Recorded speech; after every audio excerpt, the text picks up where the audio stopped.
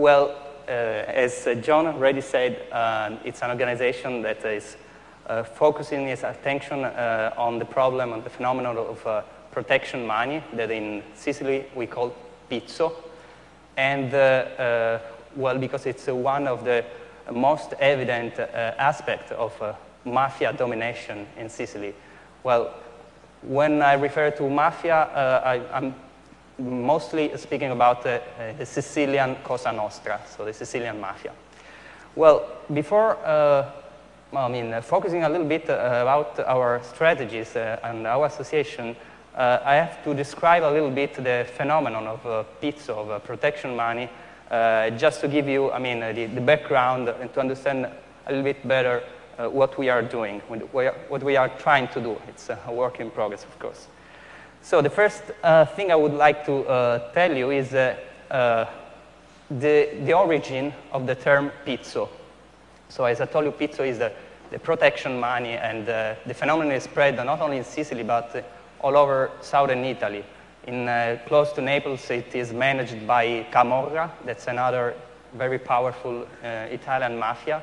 In Sicily, it's in the hands, of course, of Sicilian Cosa Nostra. So the term pizzo in Sicilian dialect is the beak of the bird. And so what's the relationship with the protection money? Well, there is a Sicilian expression that is bagnare su pizzo, Sicilian dialect, that means something, literally means to get the beak wet. And in the mafia slang, to get the beak wet means it's like a metaphor. It's a metaphor because as the bird goes around the countryside and when he wants to drink, just dip his beak in a fountain, in a pond, in a lake, in a pothole. So just drinking a sip, a drop of water, but from every source of water. So does mafia, so does Cosa Nostra with the source of money, of income, of course. So just asking a little bit of money, but from everyone. And, okay, so I would like to, well, it will be helpful to see some of these slides. This is the pizzo definition. Okay, the diffusion. Well, as you can see, the numbers are really tremendous. In 70% of the Sicilian shop pays this sort of tax to mafia. And in Palermo, the situation is even worse. It's 80%. Imagine if you walk a road in Palermo, you can see 10 shops, and you can imagine that on average, 8 of them pays every month this money to mafia. These data are based on very serious researches. The last one is of last year, 2008, and they are confirmed by the Attorney's Office of Palermo that has, of course, daily experience on the field. So the first question is how much a shop should pay to mafia every month. Well, this is an average. It says the last research of 2008, the cost of illegality, has calculated it in 881 euros every month for each shop. That's, as I said, is on average because pizzo is imposed like a progressive tax. It means that the more you earn, the more you have to pay, the more you are requested. And it's a smart strategy by Cosa Nostra, so you are not forced to go to the police. It's something you can afford and something you can, let's say, consider an extra cost like the legal taxes or like the bill, like the rent of the shop and so on. And you can read there, let them pay a little, but make everyone pay. Or this is, let's say, the slogan used by Bernardo Provenzano, that was the boss of all bosses in charge until 2006, when he was arrested after being a fugitive for more than 40 years. Anyway, so his directive to the other mafiosi was to, you have to ask not too much, but it's important that everyone has to pay. if 881 euros is an average, here you can see a table of the, let's say, the typical amount of money that each kind of business category has to pay. As you can see, also a street vendor, a small shop has to pay. You can see it's like 50 or 100 euros per month. That's sometimes it's even less. It's a nominal payment. Again, it's important that also the smaller shop pay, not how much. And then you can see the neighborhood bread store can pay 150 to 150 euros per month. Clothes store 250, and then of course a jewelry store or a hotel can pay even 1,000 euros per month. And well, if you see the last one, the last item, an enterprise that has a contract for public works or a building yard, they pay a percentage on the contract. That's a lot of money. Okay, the aims of Mafia when they collect the money for pizzo are basically two. One is the economic aim, and it's, of course, it's easy to understand it. It's, imagine that, well, it's not the, with pizzo, it's not the biggest source of income or revenue for Cosa Nostra, because with drug trade, for example, they make much more money. But it's prompt cash money, it's a steady source of income, and they use this money basically for the families, for assisting the families of the mafiosi in jail, or to pay the legal expenses for the mafiosi that are arrested or on trial. But it's more important, the criminal politic aim. I mean the fact that with pizzo, Mafia has a strict control over the territory. Because you have to consider only the state can impose a tax in a territory. And so if 80% of the shops in Palermo recognize this right to Mafia, it's like if they recognize the sovereignty of Mafia over the territory and over the people. Well, there is a famous sentence by Libero Gassi that was an entrepreneur killed by Mafia because he didn't want to pay pizzo in 1991. And he said that with pizzo, Mafia proclaimed itself state. So basically, pizzo is also a source of power for Mafia. This is why we are focusing on this problem. Of course, if you solve the problem with pizzo, maybe Mafia will survive because they are lucrative business with drugs and with prostitution and so on. But you are hitting very strongly its power on the territory. Okay, here is a long slide. I will go faster. It's a typology of pizzo. Well, so it's an answer to the question how pizzo is paid. The more obvious payment is on cash and monthly. It's like monthly installments, and we have seen it. Usually the shoppers pay in single payments on Christmas time and on Easter time because it's the moment in which the business are expected to be more florid. So again, Mafia, let's say, it presents itself like a helping to the shopkeeper who has to pay. Then the business, they have in public works, they pay a one-off pizza, means a percentage on the contract. Then there are some shops who are allowed even to pay in kind. So especially if there are shops with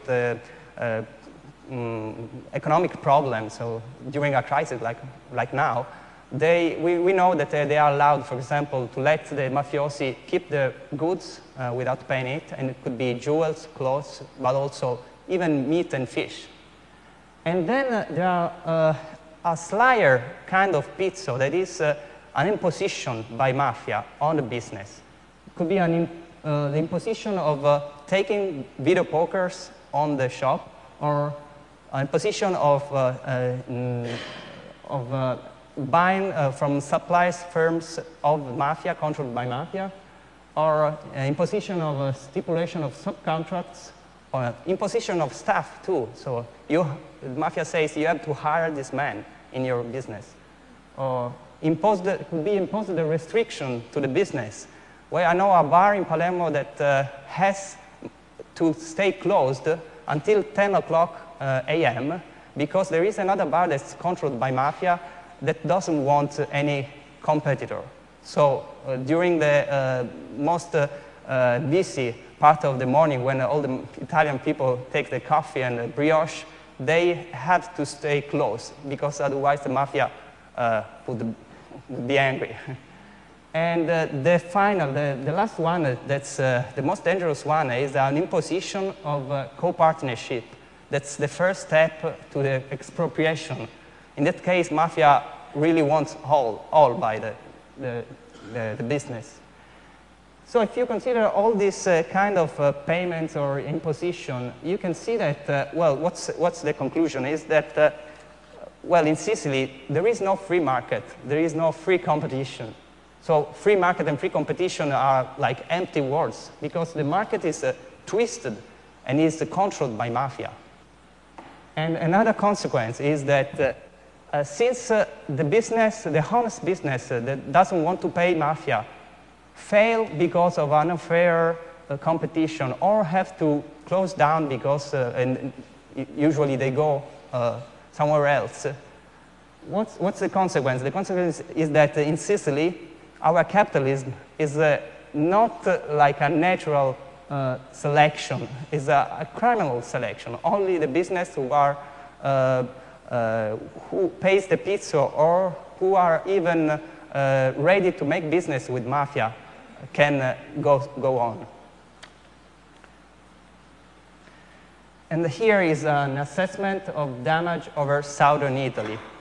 This is a very impressive, these are very impressive data. And this is a survey from Censis and Fondazione Banca Nazionale del Lavoro of 2003. And it's focusing on the damage of southern Italy in general, not only Sicily. So from Naples to Sicily. So all the territories that are controlled by the mafias, by the Italian mafias. And it analyzed let's say, a non-growth rate. It says that, so the non-growth of added value of southern business caused by the pervasive presence of Mafia is estimated as you can see, 7.5 billion of euro per year. That is 2.5% of southern Italy's gross domestic product. And what is really interesting is that they also calculated that if there was no pizzo problem, no Mafia influence in the business in southern Italy in the last, let's say, 20 years, exactly from 1981 to 2001, well, southern Italy's per capita gross domestic product would have reached the North Italian one. That means, you know, that southern Italy suffers of underdevelopment in comparison with Milano or even Rome or Tuscany. And, well, these are the demonstration that Mafia really weighs on our economy, really is responsible of our underdevelopment. This man is Libero Gassi. He is the man who said that with Pizzo, this Mafia proclaimed itself state. And he had a textile factory in Palermo. He was a very brave and active entrepreneur. And he was requested in the early 90s to pay Pizzo. He refused to pay. He filed a complaint against the racketeers, and he always tried to awaken public opinion on the problem, because he knew that every one of his colleagues were keeping on in paying pizza, but nobody wants to talk about it. So he went to the newspapers and TVs, also the national one, to say, I don't want to share my money with Mafia. I don't want to renounce to my dignity as a citizen and as an entrepreneur. Because, with pizza, Mafia can, be more powerful and be present on the territory. He also wrote a letter that was published in our local newspaper that has a very high circulation, and that was entitled The Letter to the Dear Extortionist. Well, I can just read very fastly this letter because it's so interesting. He said, I want to warn our unknown extortionist that he can save himself the trouble of the threatening tone phone calls and the expenses for buying cannons, bombs, and bullets, since we are not inclined to give a contribution and we are now under police protection. I set up this factory with my hands. I've been working for years, and I have no intention to close down. Well, the problem was that in 1991, he was left totally alone. So he expected that all the colleagues would team up with him, but he was alone, also isolated from the institutions, from the trade association, from the politics too. So, when you are an isolated target for Mafia, it's really easy to kill you. And so he was gunned down in August 29th, 1991. Okay, so 13 years later, in 2004, just in days when the killers of Libero Grassi were sentenced, a group of young people of my age started the adventure of Addiopizzo, this association. Well, these folks you can see in the picture have been called the Libero Grassi's grandchildren.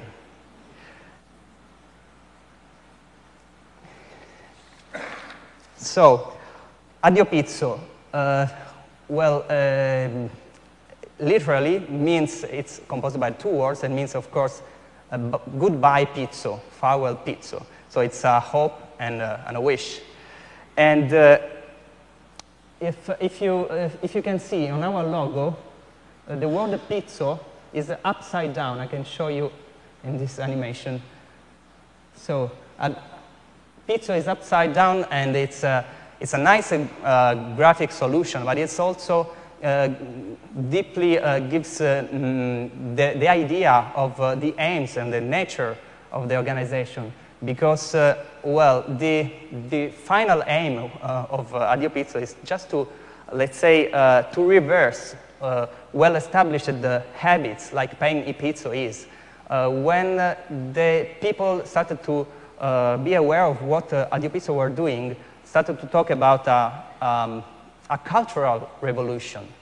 Because imagine, if in Palermo 80% of the shops pays pizza and consider it like a normal, like a standard, like a very normal payment, if you start to say, hey, we have to stop, we have to do, we cannot consider it as a standard payment.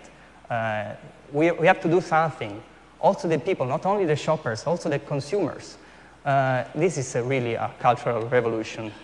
And Addiopizzo has a hybrid nature because it's on the same time a shift in opinion, a trade association, and a consumers association.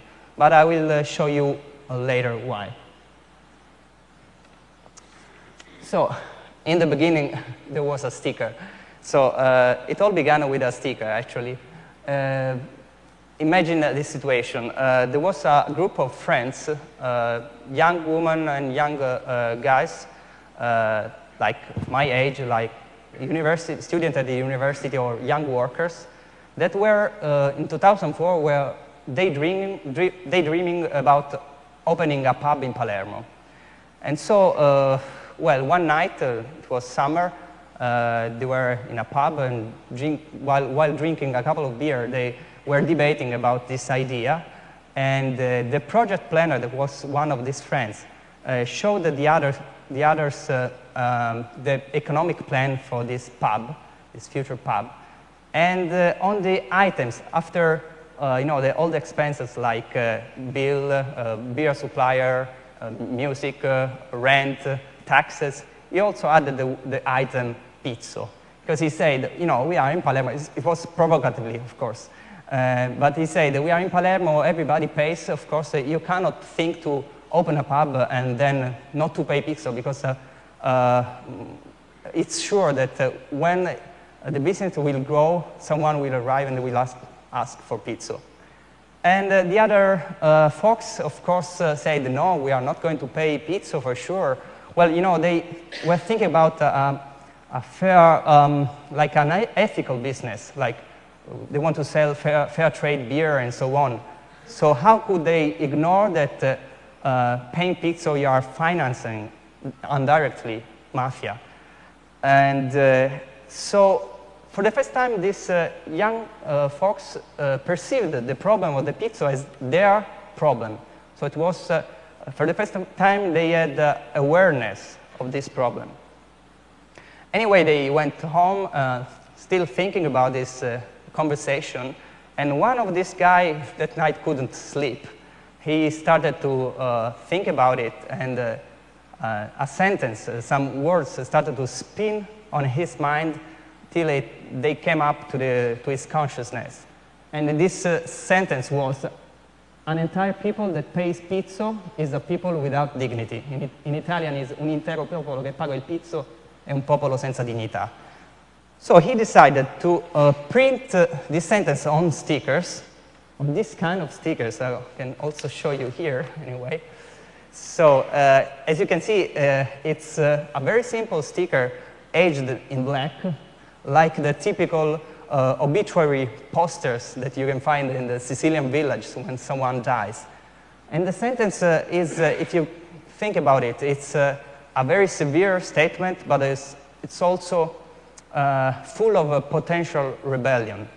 So he proposed to the other friends to go around by night and paste these stickers all over town in the shopping center of Palermo. So they accepted, and on the 29th of July 2004, there was this first sticking up action. So imagine it very late at night, because they were scared, anonymously, of course. Palermo was completely peppered with those stickers. And the next morning, let's say that the town woke up and was really shocked by these stickers.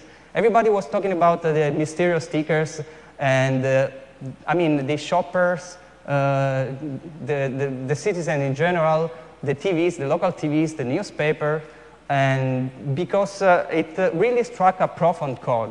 As I told you, nobody wants to talk about the forbidden word, the taboo word that is pizzo, and now you could see it printed in the shopping area of Palermo. And so, little by little, imagine that even the police was put on alert, because they were thinking about it could be a desperate action of a shopkeeper victim of pizzo. And so the first guy were really shocked by let's say, by the effects of a very spontaneous action that was just pasting stickers. They didn't expect it. So on the second sticking up actions, every one of the friends took at least one friend, and so the group started to grow. So there were lots of people, young people like me, that said, I really appreciate what you have done. I want to come with you next time, and I want to paste the stickers with you. And so the group started to grow. And well, at the beginning we were anonymous, so we were like a secret society that meet every week in the evening and discussing about the next actions and new ideas and so on, brainstorming all together, till our faces and our names started to become known. So we started to accept interviews and so on. So we decided to create an association. That was called, of course, Addiopizzo. The organization is a voluntary organization. It's young, and this is a very strong point. So all the people of Addiopizzo nowadays are between, let's say, 25 and 35 years old, someone a little bit older. It's a grassroots movement, as John said. It's action-oriented. I mean that we don't want to do like anti-mafia just with words. We want to do something pragmatic. We want to have a pragmatic effect. It's self-financing, so we receive donations, and we also sell this kind of gadgets like the shirts. And it has a non-party nature. It's a very politic movement, but we have no party nature. I mean, we are politically and religiously independent. And it's monothematic in the sense that we focus basically the pizzo problem, so the problem of protection money, because we could find, let's say, a pragmatic tool to fight against it. The mission of Addiopizzo is to push people to stand up to mafia domination. And as I told you, pizzo for sure is one of the most evident aspects of this domination. In this picture you can see this is a very crowded and very famous and very old procession that takes place in Palermo in July every year. And we are in the balcony. Is the procession for the patron of Palermo, that's this Santa Rosalia. And here you can see that we are on the balcony exposing a sheet in which is written, Santa Rosalia, free us from pizzo. And okay, this is, I will explain why this picture now. First I want to tell you, so we started to meet, as I told you, and with our assemblies, we started to have an opportunity and the space to transform our protest, the no expressed by the stickers, in something more positive, in a positive proposal. So I remember the moment in which a new idea started to take shape, and in my mind it's like as on every participant head was a flame that was converging in the middle and mixing together as in a big blaze, and that was the moment with everyone's contribution we had the idea of the ethical consumerism campaign. And I always imagine this mosaics, that's Monreale mosaic in the Cathedral of Monreale, not so far from Palermo. It's a masterpiece of Arab Norman style, and it shows the Pentecost, so the descent of the Holy Spirit upon the apostles. So when I watch it, I always imagine it not top-down movement, but bottom-up movement. So it's like it is the new idea that comes out from gathered people that talks together and try to find a solution. So let's say that during that assembly, our thoughts were following an exact line of cause and consequences. That is that one that I wrote on the slide. So we first started with a statement. In Palermo, 80% of the shops pay pizzo. Then, when I buy something, whatever I buy in a town like Palermo, I am indirectly financing mafia, because even if it's small, a percentage of what I spend in that shop goes to mafia. So I am part of the entire people without dignity. So these people without dignity is not only the shopkeepers and entrepreneurs, it's all the people who accept to live in a town where 80% of the shops pays. So the consequence was, I have to do something. I can't I can't stay here and doing nothing. Otherwise, I'm, let's say, consistent with Mafia. So what can I do? We started to think about it. What is my power? And the final, let's say, what we thought about is that being a consumer, I can choose. And so this was the beginning of the ethical consumerism campaign against pizzo. The idea is not really original because we just took it from the fair trade campaigns or the boycotting campaigns. We just, let's say, adopted this idea and set it to the contest, the Sicilian contest. So we want to support shops that doesn't pay pizzo. The problem was how to win over the understandable fear of the shoppers. So first we decided that maybe we had to give them something they could trust. And so we decided to set up a list of consumers first, here. So a list of consumers that is townspeople who would publicly sign a commitment in which they say, I would support shopkeepers that doesn't pay pizzo. I commit myself to do it. Later, we started to set up a list of, we call it pizzo-free list. So a pizza of shop and enterprise that doesn't pay pizzo, and they sign a sort of protocol of honor in which they publicly declare that they do not pay, either because they filed complaints or they denounced the racketeers, or because they always said no to Mafia, or sometimes also shops that had never received a pizzo request. So that's the pizzo-free list. When we reach the numbers of 3,500 consumers, so potential customers, and 100 shops and enterprise pizzo-free shops in 2005, just 1 year later, we published their names. So all the 3,500 names and surnames of the consumers on the newspaper, and all the pizzo-free shop list.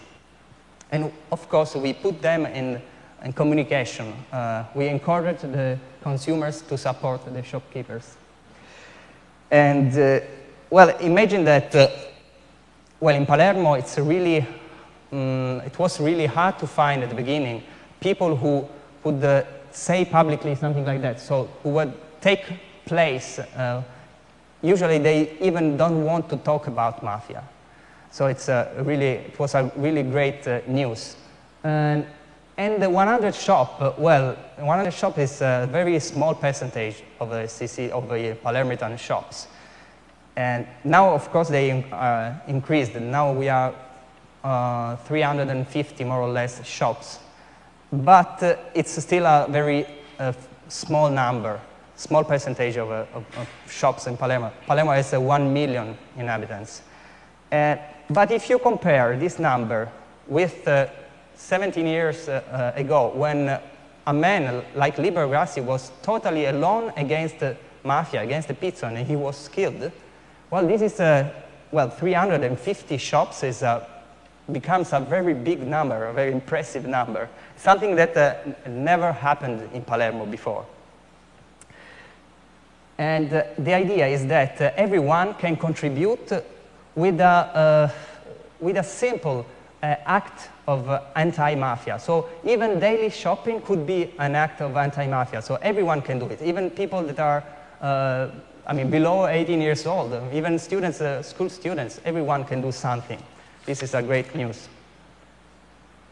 So the campaign, let's say, is based on two different criteria. The ethic criteria and the economic criteria. The ethic criteria, of course, is the idea that paying pizzo is not a private fact. It's something that has terrible consequence for all the community. And we cannot accept it, as I told you, as shoppers and as consumers. So I also pay pizzo if I accept this situation.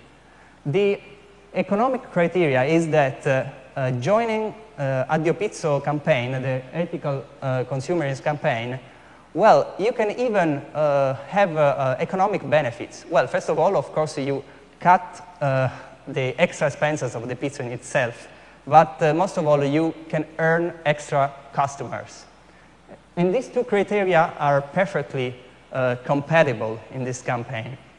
On this poster, that's a poster of our campaign, you can read here, pago chi non paga, that means just, I pay who doesn't pay. So, if this is the general idea of the campaign, I will show you now very fastly how we are trying to put into effect the campaign. Well, first of all, of course, we do a lot of advertisement on the Addiopizzo shop list. This is the logo of the ethical consumerism campaign, and actually this is a decal. So a decal that we ask the shoppers of the list to put on the windows of their shop, to label, let's say, to brand the shop and make it recognizable. So the decal is directed, the communication of the decal is directed, well, first of all, of course, to the consumers, to the potential customers, because at a glance they can easily understand that that shop is not paying pizzo, and not a cent of what they are going to spend there will go to Mafia. But this communication is also directed to the mafioso, to the mafiosi, to the potential racketeer, because you have to know that when the Mafia has to approach a new shop, they are very prudent. They don't want to risk too much. If they know that that entrepreneur, that shop owner, probably they would file a complaint, they skip the shop and ask pizzo to the next one, where probably they will bow their head. So we call this kind of philosophy, I mean, the joining the campaign or to exposing this kind of decal, it's a sort of precautionary formal complaint. It's a communication to the mafioso. It's like an an advice, I mean, like, dear extortionist, if you dare to ask me pizzo, pay attention because I will file a complaint immediately. And most of all, I am not alone because I am supported by thousands of people in Palermo. So this is what we call the pizzo-free yellow page. It's like this one. It's, of course, it's still a very small book with all the pizzo-free shop list classified according to the categories. So you can find here grocery stores, bread stores, or computer shops, or bar and restaurant, building enterprises, whatever. And you can find, of course, all the contacts. So if you are an ethical consumer, you use it to find the closest shop. This is the homepage of our website. So even, of course, also in our website, you can find the updated pizzo-free shop list. And you can, let's say, you can look it up according to the categories or to the neighborhood in which you live, or in alphabetic order, or you can use also search engines. And we also send a newsletter to the consumers. So we ask, when you sign the commitment to support the pizzo-free shop list, we ask an email, so we can send you the information about the new entries or the events of the shop, pizzo-free shops. Oh, this is the Pizzo-Free Festival and Fair. Every year in May, we organize a big festival, a pizzo-free festival in one of the biggest squares of Palermo. there's music, there's entertainment and performances, talk shows and so on. It's a 2-day event. And most of all, it's also a fair, a pizzo-free fair, in the sense that the shoppers, the pizzo-free shops, have their own stands and can display or sell their goods or give information about their activity and so on. So it's a good way to make the shoppers and the consumers keep in contact. This is the pizzo-free emporium. That is a sort of, let's say, the first Addiopizzo mini mart. It's a Addiopizzo certified mini mart. What does it mean? You can find there different kinds of goods, but all of them comes from other pizzo-free shops or other pizzo-free producers. So it's a clever way to put all the Addiopizzo product in the same place, so it's easier for the ethical consumer to support the campaign. If you buy something there, you are sure that it's inside the circle of Addiopizzo, of the pizzo-free products. We also push a lot the public bodies to adopt ethical consumerism practice against pizzo. Well, why? Because, of course, the public bodies are a particular kind of customer of private companies. And why particular? Because they spend public money, so the taxpayers, our money. So it's even more important, it's of primary importance that they do not spend the public money in companies that pays the pizzo. Otherwise, on the basis of our argument, even the state is financing indirectly mafia, And so we try to push them to spend the money to stock up on the pizzo-free shop list, or anyway to be sure that whenever they spend this money, they go to business that are not paying pizzo. Oh, and this is a brand new project that we are working on right now, and it's the pizzo-free tourism. We had, this project is started from a demand from outside. So especially by our guest book on the website, we received lots of messages in which people from out of Sicily, from other countries, even from the United States, they said, I'm going to travel in Sicily, and I'm very impressed by your campaign, and I would like to support you, support the pizzo-free shops, even if I'm just a traveler. So I would like to know which restaurant or which hotel or bed and breakfast to go. And so we are trying to meet this demand, so planning, designing pizzo-free tours in Sicily, using always pizzo-free companies like bus, coach companies, restaurant, bed and breakfast, and whatever.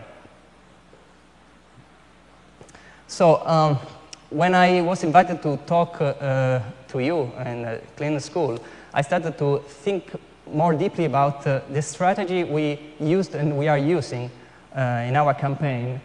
And I dropped down a list of them.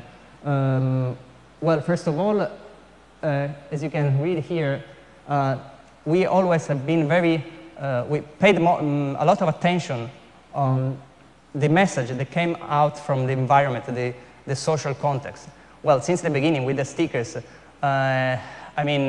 even if nobody wants to talk about this problem, that was a big problem, a silenced problem. So let's say that with the sentence on the sticker, we could give voice and vent to a silenced pain.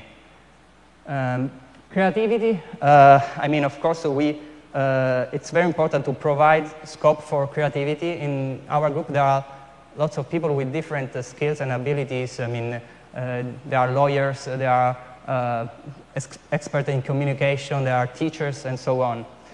Sharing information, sharing ideas. It has been really very, very important in our long-lasting assemblies, but even when we are at home, we use a mailing list, a sort of news group. We also use a private area on our website to debate or to share information and to find new ideas even when we can get in contact personally. Then, well, communication. Well, since the beginning, well, we started with the stickers, as I told you. Then we started to put sheets on the bridge with our slogans. Then we started to print shirts like this. Then there was the email, the website, now YouTube, now Facebook. So, well, they are very different means of communication, but they have the same philosophy. That is to spread the message whenever it's possible, and using the tools we have at our disposal. Well, at the beginning, well, when we were called the night bill stickers, and we were doing something that we called a communication guerrilla. So it's the idea of pasting again and again, like paper in Palermo, let's say at least once a month to make the message pass. And now on our guestbook we receive feedbacks from the farther end of the world, let's say. Well, no copyright. Yes, since the beginning we tried. We wanted that our action could be copied by other people, by other young people. So we encourage openly to download our stickers and do the same, pass around, or to set up pizzo-free lists in other towns, in other even out of Sicily. And it worked because now, beside the Addiopizzo in Palermo, we have an Addiopizzo in Catania. That's the second biggest town in Sicily. An Addiopizzo group, autonomous Addiopizzo group in Catania. And in Naples, where the pizzo is also a very serious problem, they set up a Neapolitan shop list like us. So it's something that the trend is that there are lots of Addiopizzo groups that are going to come up in the next years. Well, bottom up, well, of course, is the main strategy we could use. So the idea of pushing, for example, pushing the power from the base to do something more against pizzo, to take your responsibility. If you have, if you are a politician, but even if you are the chief of a trade association, yeah, or if you are, to the Sicilian church too, everyone has to do something, every level of the society. But we can do a lot of pushing from the base because now we are a lot of people. Learning from Cosa Nostra, learning from Mafia, I mean that, we try to understand what are the strongest points of the enemy of Mafia and try to copy them and use them against Mafia itself. Well, the best example I can give you is, Cosa Nostra, Sicilian Cosa Nostra is so powerful because they control the territory, dividing it into districts or into neighborhoods, and every neighborhood or every district has its own boss in charge, and so they are so powerful because they are so well organized and dividing the territory. So we try to do the same in order to reconquer the territory. So in our website, you could see, I mean, we know exactly how many pizzo-free shops are in every neighborhood, how many consumers and who, and how many schools that work with us, and so on. And the last one, well, it's the strength in number. This is really important, especially if you have to deal with Mafia. So we try to share our responsibilities. We try not to have any recognizable leader in order to avoid overexposition. And we try to fight the isolation of the shoppers, for example, those who fight complaints against the mafia. And we try to be visible around them to make mafia understand that they are not alone. And we work in promoting nets in our association with other associations on the territory, or pizzo-free business with pizzo-free business. So the strength in number is, this idea is perfectly expressed with this shirt. That's also the one I wear. Of course, we are the ants, and we are like small like ants, and of course mafia is stronger than the single ant, but the ant community, let's say, is stronger of mafia for sure. So if we are all together, we can isolate, we can defeat mafia. That's the red spot in the middle. No, this is not a target because someone says. So it's a okay. Oh, the Addiopizzo effect.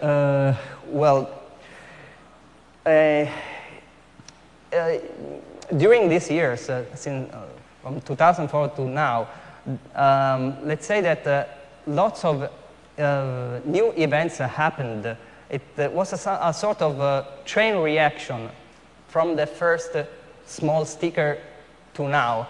So sometimes this change involved unexpected events, and so nowadays situation is really unthinkable and unpredictable when we started.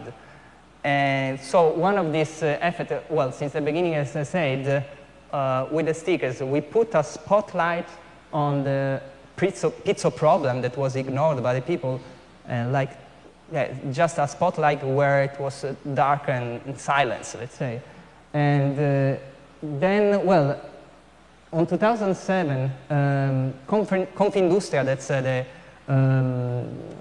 industrialist lobbies, Italian lobby, well, the chief of Confindustria declared that he would expel from the association those the entrepreneurs who paid pizzo and didn't testify in the trials. That's something, again, something really new. The industrialist lobby, Confindustria, was responsible of Libero Gassi's isolation 17 years ago.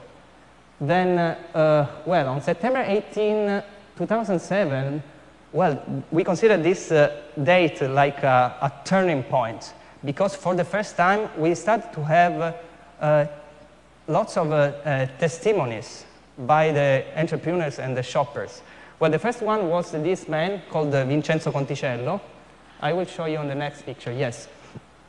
Vincenzo Conticello, this is a picture that has been published in all the Italian newspapers and shows Conticello just in the instant where, during the trial, he pointed out his extortionist, so the mafioso who was in charge to extort him. And his experience with pizzo is really interesting and illustrative about how mafia tend to steal you everything, so your money, your business, and your freedom. He was, at the beginning, was requested just to pay hundreds of euros per month, as usual. But then, a few years later, they decided to ask him to buy only from there, to stock up only from the suggested supplier firms. So buy fish and meat only from the mafia companies. Then they even asked him to hire a henchman. So just to control his company from inside. So it was a clear, let's say, yes, a system to control his company from inside. And well, the trial, the magistrate discovered later that the final goal of mafia was just to kick Conticello out of his company, a company that was owned, a restaurant that was owned by his family since 1834. Imagine that this is one of the oldest restaurants in Palermo. It's famous for the typical Sicilian dishes, and in particular for the calf spleen sandwiches. That's very good. Anyway, now this Antica Focacceria San Francesco, that's the name of the restaurant, now is famous also because of the anti-pizzo choice of his courageous owner. So now Conticello is granted police protection, but he still owns and manages his restaurant. So it is, well, the best answer he could give to Mafia that wanted to steal him everything, yeah. So, well, this is just the last slide. I want just to point the attention on the fact that, of course, we are working only in a very small circle. That's the fight against pizzo. As I told you, this is a part of our struggle that's fighting against Mafia. We focused on the pizzo because, as I told you, we have now pragmatic tools to do it. But at the same time, we work a lot on this red circle. Well, for example, going in the schools and trying to talk to the students from 6-year-old to 18 years old, because it's very important if you really want to have an impact against Mafia, to change the Mafia culture. So it's not enough to fight against the economic aspect of Mafia. You have to work also on the minds of the people, the Sicilian people. In some, let's say, high Mafia density neighborhood of the outskirts of Palermo, there are people who really perceive Mafia as an organization that at least can give you a job. I mean, a job that could be the pusher or a killer in the future. But anyway, that's someone who can solve your situation of unemployment. So this is why we talk to the students. And inside this red circle also we work, as I told you, to push the power, and particularly the politics, to do something more, and most important, to expel from their slates the politicians that are connected. That's something that happened not only in the local politics, like Sicilian, but also in the national one. Well, of course, you can fight pizza, you can fight the Mafia culture, but if you don't change from the base, I mean, the situation that's of the people who are in power, of course, you cannot defeat Mafia. And so the bigger circle is, well, of course, we fight Mafia because actually because we want our freedom back. Our freedom, that means freedom to live in a place where whenever I buy something, I am not financing Mafia. Freedom to live without any domination of a criminal organization. So the bigger circle is to make Sicily free. And, well, actually, I put a bigger circle just here, so a bigger one, because, of course, this is, again, this is just a small part of a bigger struggle that's not only local. So if you pass from the local point of view to the, let's say, world point of view, we are doing something that's, I mean, from my point of view, it's very important, but there are other people that are doing the same in other parts of the world, and we are part of the same struggle. So the biggest picture is, again, the biggest circle is, again, a fight for our freedom, but just in a wider point of view, in a wider sense. So I can put on the bigger circle here and here, like a fight for, you know, against global warming or hunger or wars, or any kind of struggle that people are doing, young or older people are doing whatever in the world. And I want to finish my presentation with this sentence. It's again a Sicilian dialect sentence that is "Ciao potemu fare." Is there anybody who understands what that means, John? So "Ciao potemu fare" is the Sicilian translation of yes, we can.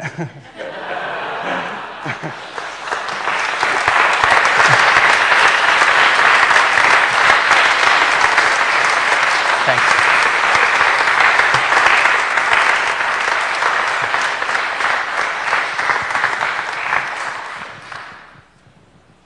We only have time for a few questions, so if anybody would like to, go ahead. Yes, sir. Grazie a te. I wanted to ask, I mean, I think this is an amazing idea. I lived in Italy for about 2 years working for an organization in northern Italy, and they did some volunteer kind of grassroots work, different kind of thing, but that leads me to my question.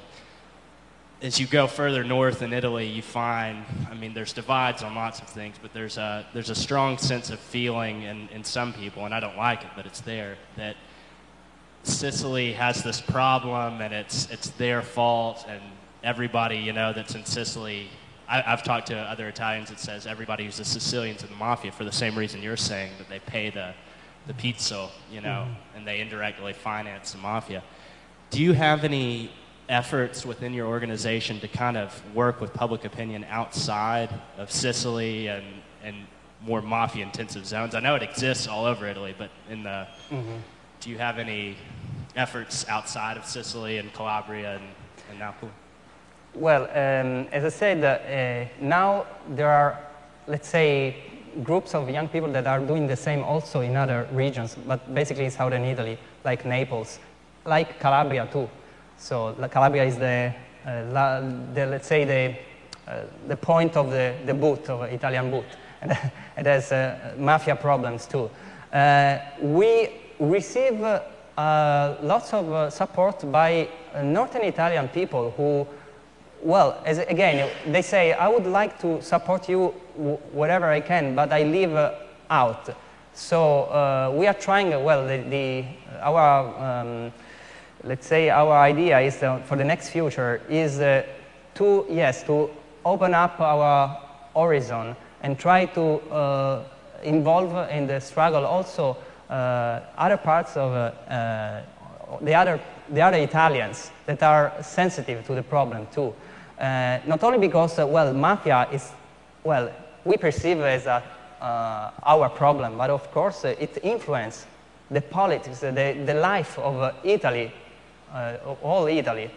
And actually, yes, there are lots of attention by the people who write us and says, I would like to do something. So, for example, we want to do, in the next future, a big portal on our website. So we want to transform our website in a bigger portal, for example, to allow consumers to buy goods from the pizzo-free shops using e-commerce, for example. Also, the idea of the pizzo-free tourism is in this direction. Yeah, you're welcome. We've got time for, I think, one more question. Josh? Thank you so much for speaking today. I was wondering, has there been any public or private response from the Mafia to Addiopizzo? Any, sorry? Any public or private response from the Mafia to your movement? Well, actually, yes. I mean, at the beginning, we were not considered a problem for Mafia. But I mean, the most difficult moment of the history of Addiopizzo was in 2006, when one of the entrepreneurs of the Addiopizzo was attacked by Mafia. So he is an entrepreneur who has a big company that sells wholesale ironware and paintings to other shops. And he always, well, the owner always refused to pay, and he is, of course, is one of our entrepreneurs.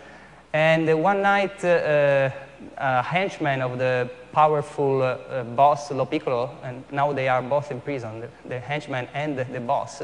Well, by night, he climbed the warehouse and punched a hole on the roof, poured gasoline, and torched the warehouse. So in a few hours, everything was destroyed.